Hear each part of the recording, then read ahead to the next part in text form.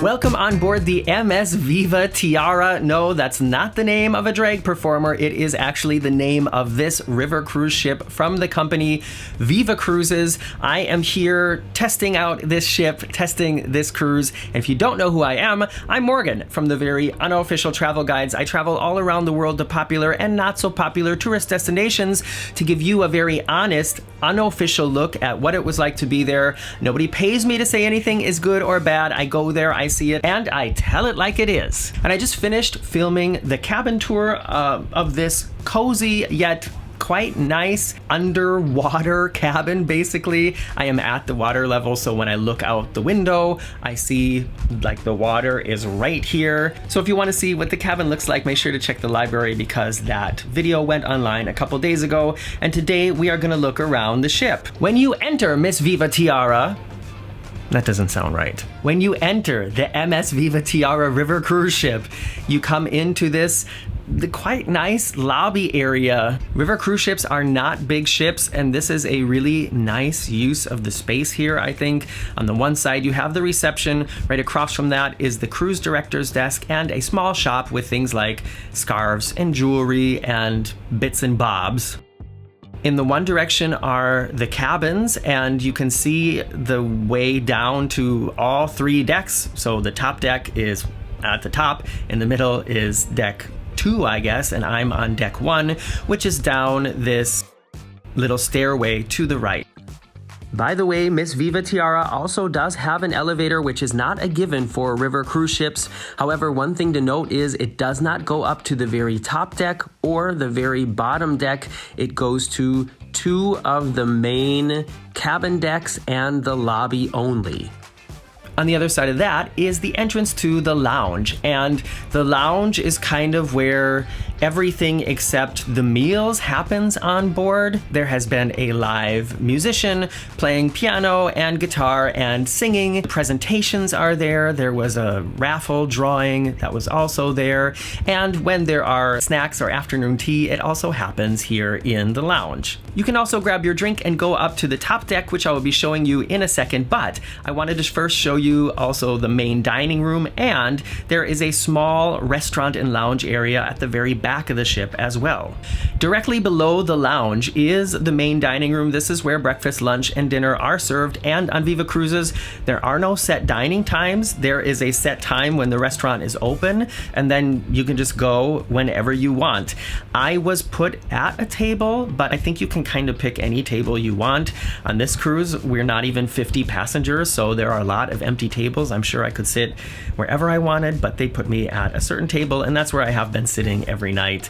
I just like the fact that it's open dining, so if you want to go to eat at 7:30, you can. If you want to go to eat at 8, you can. You just go when you want to go. The food has been pretty good. To be honest, the menu hasn't been full of a lot of selections, especially for people who don't like to eat meat, but as I mentioned, there's only, I think they said 48 passengers on this cruise, so it doesn't surprise me that they might have scaled things down a little bit just to cut costs and to make sure there isn't so much waste, and I'm totally fine with that. What was served has all been really good and very well presented. And I will most likely be also doing a separate video about all the food that I had here on board. All right, let's walk all the way through deck 2 to the very back of the ship, and this is where the Viva Lounge is located. You can have dinner here if you reserve in advance. It's basically the same menu as in the main dining room, and then they just bring it to the back.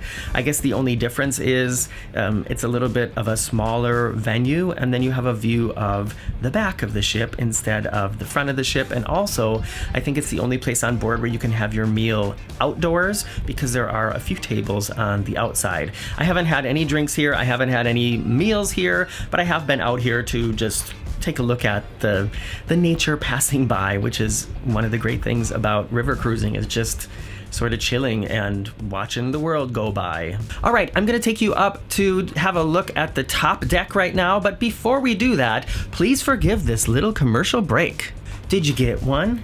What was it about? Write it in the comments below, please.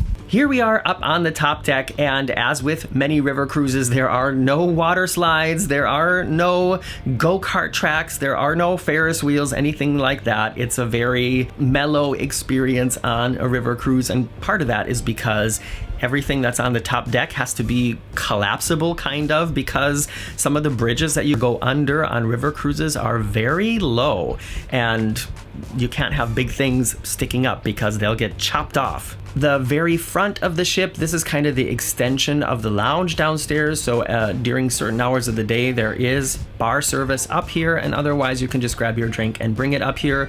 The only other difference to mention about this area of the ship is at night, when you are meandering around the rivers of Europe, there are no lights on in this area, so it's really dark, and it gives you a really good view of what is surrounding you, and you can see, oh my gosh, the stars. The stars were so clear last night, and I could see satellites. I even saw a shooting star. It was, yeah, river cruises is a lot about just relaxing and watching the world, and I love it. I'm not saying if there was water slides and go-karts that I would be water sliding and go-karting, but I don't miss them right now. The only other thing to mention about the top deck here is this ample sun space. They also have some shady canopies set up, and at the very back of the ship there is a one-hole putting green and a small hot tub. And this hot tub, the water is hot.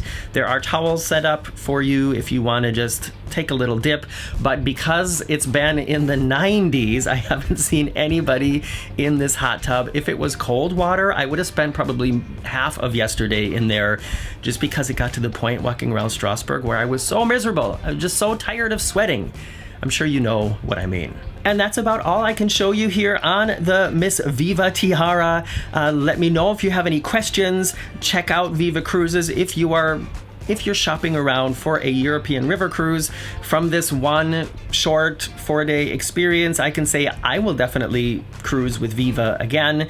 Like I said, for the price, what they offer is probably unbeatable. I haven't cruised with Viking, I haven't cruised with AMA Waterways, but I've looked at the prices, and I can't imagine that for what you pay to cruise with those cruise lines, it's so much better than this. So I need to try one of those soon so I really can get a comparison. It's just a deal, or a factor of finding a good deal, because I have a small budget to travel on, and AMA Waterways and especially Viking are not cruise lines for people with a small budget. All right, I hope you check back soon for the next video from this series of cruise videos on the Rhine River here in Germany. I'm Morgan from the very unofficial travel guides. I will see you soon.